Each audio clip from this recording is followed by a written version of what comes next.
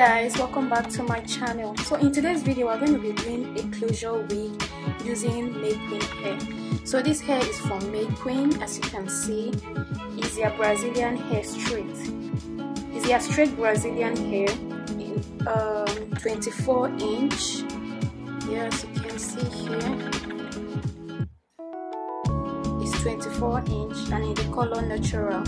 So this is how it came. It came in 4 bundles. See how gorgeous they look. And this is the closure. Well, it didn't come with closure, but I had to get a matching closure for it. This closure is not straight, it's wavy, but not to worry, we're going to straighten the life out of it. So it's also in the color natural and it's in the length 16. So I got the length 16 to match the 24. So let's get started. Your thread, your needle, and some pins to hold the hair in place. And of course, you're going to be needing your mannequin head and your net also. So first of all, you're going to push back all the hairs from the net, from the headline, I mean to say. Then you place it here. Let it come at least a little bit past the wig net, a little bit past the wig net. Then you pin the front down. Then after you've done the front, that is the middle part of the front, then you flip your net over and then you hold the middle part, flip your net over, not the net, you flip the hair over and then you hold the middle part of the base, the middle part of the closure, and then you turn, you place it on the middle part of the hair. So let me show you how the back looks like. So this is the middle of the closure net. So, and obviously this is the middle of the cap. So you're going to make sure that the middle is on the middle of the cap. Then you're going to pin it down.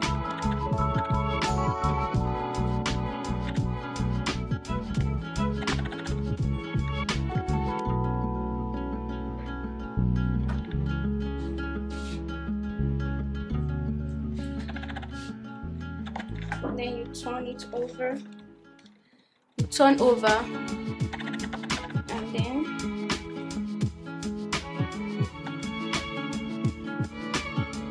you take one end of the closure net. Make sure it doesn't come past the net, because if it comes past the net, there's no way you're going to sew it down for it to lap perfectly. So the ends of the closure where the hair starts, you place it on the net and then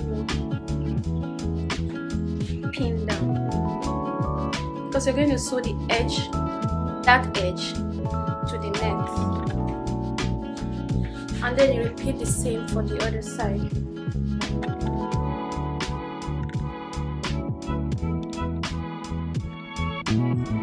And while you're doing this, make sure it's very flat and snug to the cap, just so you have it very fitting and flat.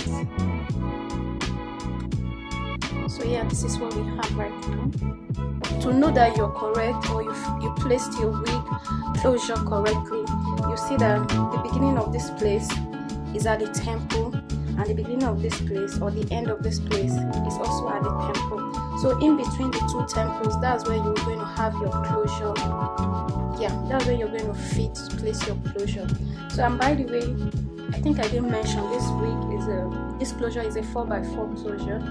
I tried to get the 4x6, but I couldn't get it.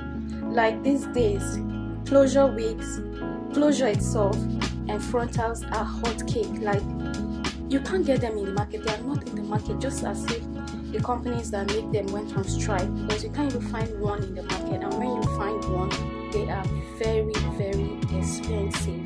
So to begin sewing, the first thing I like to do is I like to start from one end to this point, and then from this end to this point, because I find it more easy easier and more faster and more, at the end of the day I have a very flat closure, so that in case you have any excess you can always push it to the back and fix it. Okay, so to begin sewing, I'm going to start from the edge.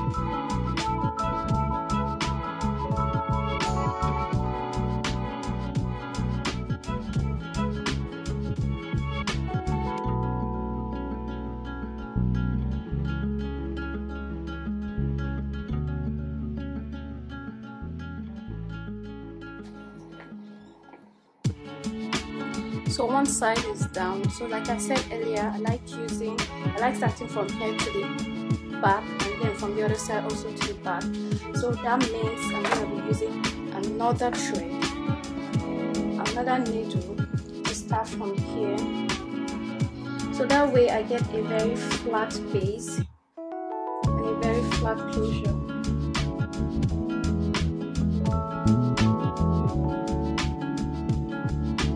Because I'm almost at the end. This is where my needle is, and this is where my needle is on this side. So I'm almost at the end now. So just in case you're at the end and you have something like this, this is what you do. You take out this pin. You take out this pin, and then you stretch it. You flatten it. So you're just going to flatten it down like so, and then you repin it.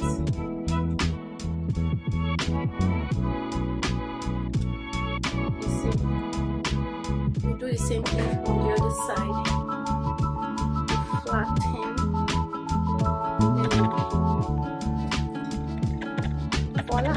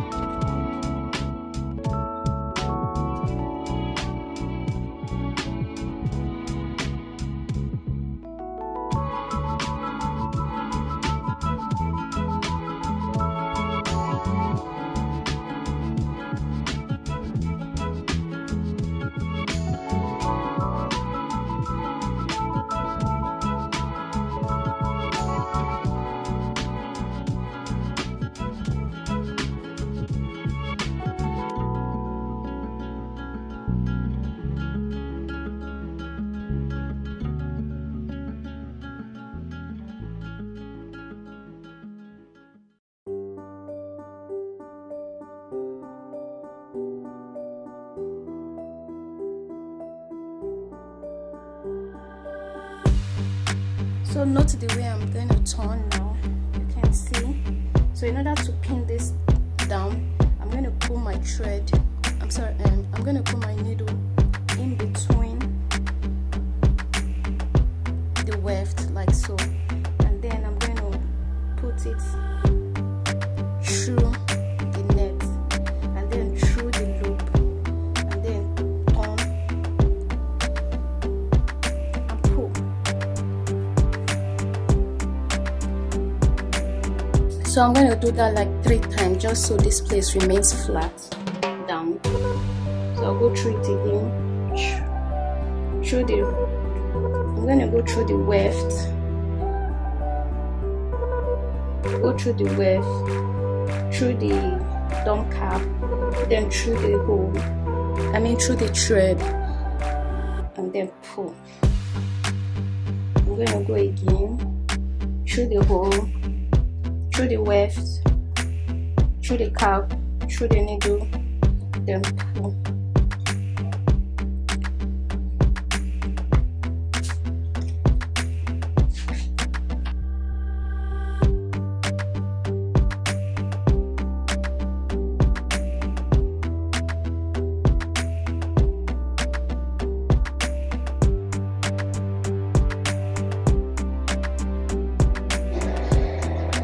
going in with the last bundle, which is this one. This is the 4th bundle.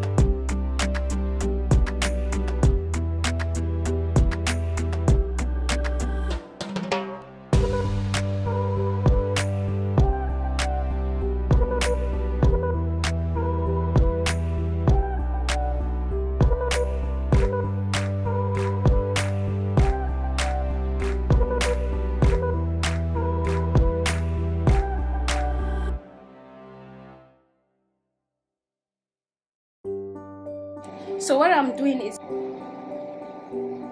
through the weft, through the lace closure, through the loop, wrap around the thread, then pull.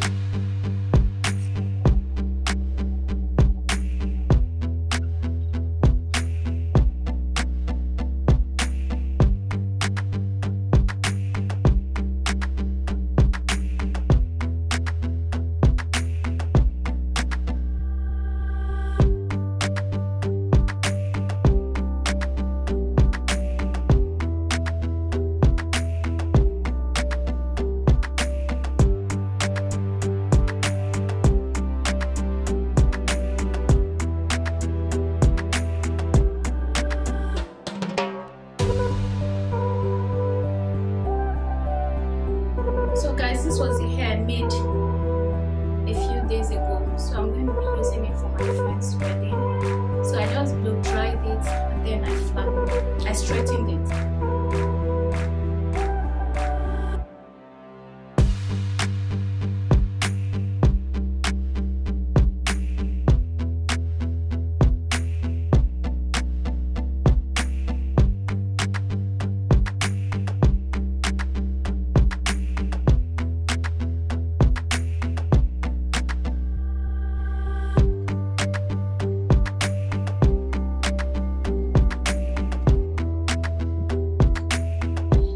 Is that I'm using the ghost bond to lay my edges, so I'm just using it to kind of like put it around the parameters.